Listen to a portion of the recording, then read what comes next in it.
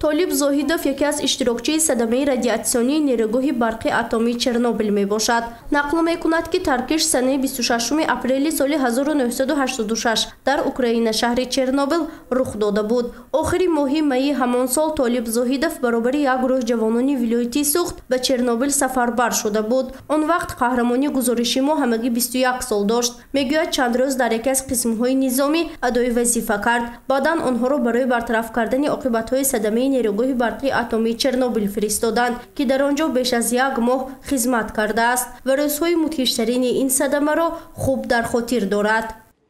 صدمه مدهش تکنوگرافی در نیروگاه برقی اتمی به نام ولادیمیر ایلیچ اولیانوف لنین واقع در شهر چرنوبیل صدمه رخ داده بود. این صدمه موافق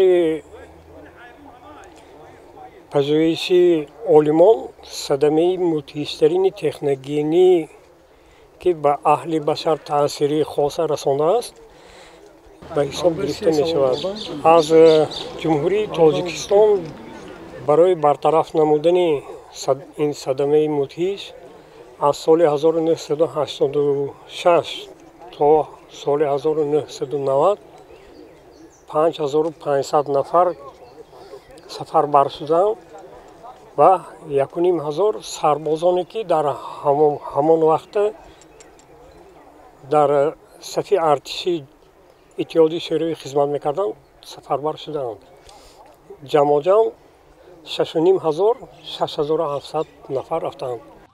از سبب 39 سالی جوان داشتنش طالب زاهیدوف را ماه ایولی همان سال به زادگاه شهر خوجند فرستادند، زیرا طبق فرمان وزیر اتحادیه شوروی زیاد قرار داشتن جوانان 39 سالشان از 20 تا 25 ساله در مکان صدمه قطعاً منع بود. قهرمان گزارش ما طالب زاهیدوف میگوید که هرچند همگی یک ماه برای برطرف کردن این صدمه مدهش خدمت کرده است، اما تاثیرش به سلامتی او خیلی کلان بود. حالا وی معیوب گروه دوم بوده، شعاع رادیاسیونی شدید گرفته به حساب می رود. در همان وقت تاثیراتش معلوم نبود. وقتی که بعد از ادای خدمت آمدیم کم کم آیان شد. حاضر باشد من معیوب گروه دوم باشم، شعاع رادیاسیونی شدید گرفته به حساب می روم و در جمعیت قریب 70% اعضایان آن شخصانی که در همین صدمه اشتراک کردن معیوب گروه 2 و 3 می باشند. صبح امروز سنه 26 اپریل در باغ غلبه شهر خوجند از 37مین سالگرد صدمه رادیاسیونی چرنوبیل تجلیل کرده شد. بیش از 150 نفر برطرف کنندگان صدمه رادیاسیونی چرنوبیل و نمایندگان مقامات اجرایی حکومت دولتی ولایت سوغد و شهر خوجند زیر پایه مجسمه شهیدان این صدمه مدهش گلچنبر گذاشته سر تعظیم فرود آوردند. این اقدام همه‌ساله برای گرامی داشت و پاس خاطر شهیدان ترکش روی دست گرفته می شود. با جز از اشتراکچیان اینچنین عائله‌های بی‌سرابان مانده این صدمه مدهش برای یادبودی شهیدان آمدند.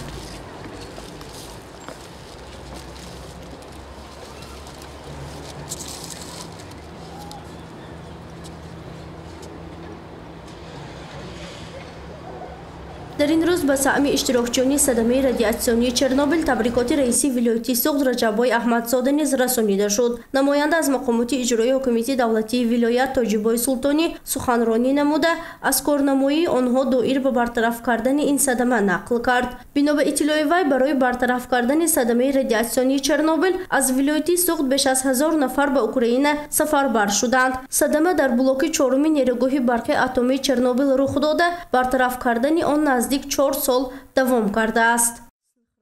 امروز ما افتخار میکنیم که شما با کار و پیکار خودتان با اون عملهای بسیار بزرگی که دلاورانه انجام دادید امروز برای نسل نورست یک راهنما هستید و نمونه عبرت وابسته به وطن دوستی، وابسته به فداکاری هستید، زیرا شما چیزی را اندیشه نکردید، فقط بشریت انسانیت را اندیشه کردید که باید این فاجعه این صدمه برطرف کرده شود.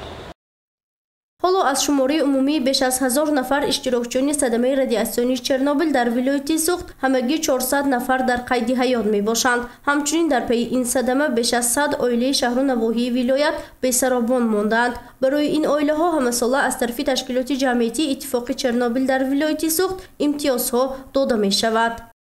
бахшида ба 37-умини солгарди рӯзи ёбуди шаҳидони садамаи радиатсионӣ дар ин назди муҷассамаи ёдгорӣ сарҷам намуда рафиқоне ки ҳамроҳи мо буданд, дӯстои бародарони мо имрӯз дар паҳлӯи мо ҳузур надоранд.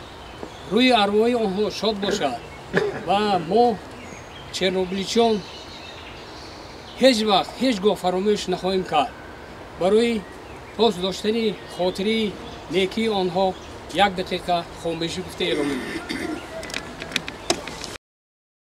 садамаи радиатсионии нерӯгоҳи барқи атомии Чернобил дар таърихи собиқ Иттиҳоди Шӯравӣ аз ҳама фоҷиаи калон ба ҳисоб меравад. бар асари ин садама даҳҳо нафар ҳалок гардиданд, садҳо нафар гирифтори бемории шуоафканиву радиоактивии дараҷаҳои гуногун гаштанд. мардуми тоҷик ҳамасола баробари дигар давлатҳо аз рӯзи мудҳиши ин садама ва ба хотири ёдбуди шаҳидони Таркиш ба хубӣ ёд мекунад.